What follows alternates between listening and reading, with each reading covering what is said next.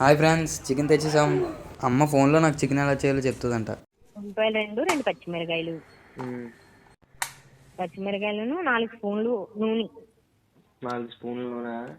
ఆ, ఆ, ఉల్లిపాయలు పచ్చిమిరకాయలు వేగిన తర్వాత చికెన్ ముక్కలు వేసి, ఆ, చికెన్ కొంచెం బాగా వేగిన తర్వాత అప్పుడు కారం వేయి, స్పూన్ వేయి చాలు.